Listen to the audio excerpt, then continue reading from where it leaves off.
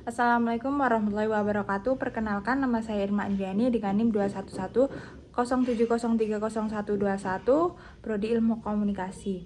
Hari ini saya akan menjelaskan mengenai perilaku konsumen yang berkelanjutan. Yang pertama, ada hambatan kognitif. Psikologi membedakan antara dua proses yang cenderung dilakukan secara paralel. Yang pertama, sistem 1 bersifat afektif, otonom, dan berkaitan dengan proses yang cepat dan kasar. Sedangkan sistem 2 bersifat kognitif dan dikaitkan dengan proses yang lebih halus dan disengaja. Secara lebih lanjut, sistem 1 menghasilkan keputusan otomatis yang cepat dan sebagian besar berdasar pada pengaruh, familiar, dan memori terkait yang kemudian diterima, ditolak, atau dikoreksi oleh sistem 2. Dan sistem 2 mengambil keputusan berdasarkan pertimbangan cermat terhadap fakta dan informasi yang kemudian diproses secara kognitif yang sulit.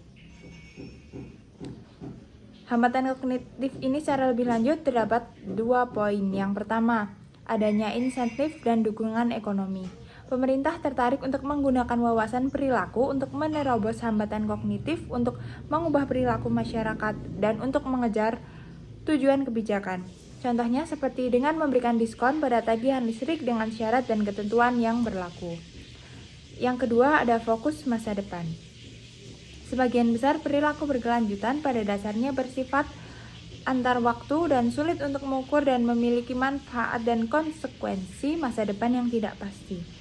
Untuk mengatasi hal tersebut, kita bisa mengajak masyarakat untuk fokus terhadap masa depan, misalnya dengan cara mempersiapkan masa depan dengan meminta masyarakat untuk menulis tentang apa yang ingin diingat oleh generasi mendatang. Selanjutnya ada diri sendiri. Terdapat 3 poin lebih lanjut mengenai diri sendiri, antara lain, yang pertama, memberi sinyal pada diri sendiri.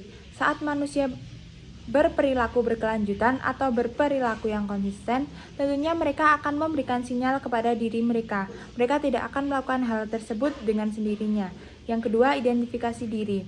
Manusia melakukan identifikasi diri dengan tujuan untuk membedakan dirinya dengan yang lain.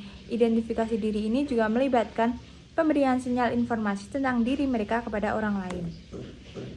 Yang ketiga, ada identifikasi sosial.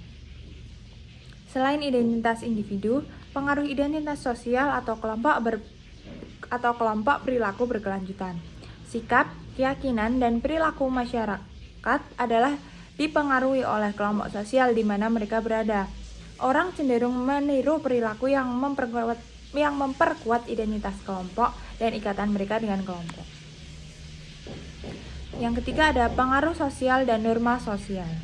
Terdapat 2 poin lebih lanjut mengenai pengaruh sosial dan norma sosial, antara lain, yang pertama, norma deskriptif dan injungtif. Ada banyak cara untuk mengkomunikasikan norma deskriptif untuk mempengaruhi perilaku. Banyak contoh dalam studi bidang energi juga berhasil menggunakan norma deskriptif untuk mengurangi konsumsi di kalangan konsumen. Salah satunya saat Opower melakukan serangkaian program dengan mengirimkan surat laporan energi rumah ke 600.000 pelanggan. Yang kedua, ada bukti sosial. Ini merupakan jenis norma sosial yang memberikan bukti tentang bagaimana orang seharusnya berperilaku. Kapan orang tidak yakin bagaimana harus bersikap, mereka mungkin memperhatikan orang lain yang perilakunya sesuai dan memandang suatu perilaku yang benar dalam situasi tertentu sampai pada tingkat di mana orang lain melakukannya. Dan yang poin terakhir, ada karakteristik produk dan perilaku berkelanjutan.